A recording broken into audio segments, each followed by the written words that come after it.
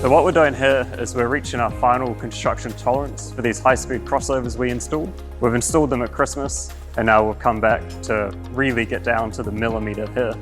This means that the network's going to be more resilient, there's going to be less track faults, and ultimately we're going to have less speed restrictions on the network, so the trains will be able to run at their desired speed. So we always tamp new construction, and then as the track degrades over time, we'll come back and we'll maintenance tamper, and that's really tickling it up back to where it needs to be. The tamper is a great big machine that drives on the rail, and its job is to lift and slew the track to its final design position. So what it does is it literally lifts up the track, and then it pushes in some tines underneath the sleepers, and it compacts the stones underneath to give it a real solid foundation.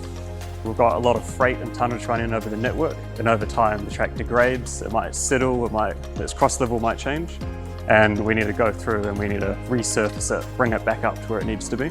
We also have to tamp new work, because before we tamper the ballast, that's the gravel in between the sleepers, it's unconsolidated, so we need to go through, we need to squeeze that in, consolidate it, and make sure the track's in its final position. The tamper, look, it works day shift, it works night shift, public holidays, weekends. When there's no trains running, we're out here tamping kilometres. When there are trains running on night shift, we're out here also tamping in between services, a couple hundred metres at a time. So in the Auckland Metro, we've got 2 tampers working full-time.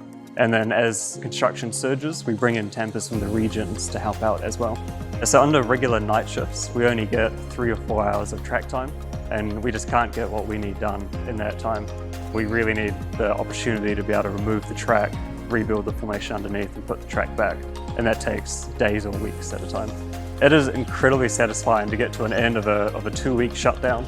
You put in some big days, some long hours. I'd love to be at the beach, but hey, we're here, we're getting things done, and we're really making a world-class network for Auckland people.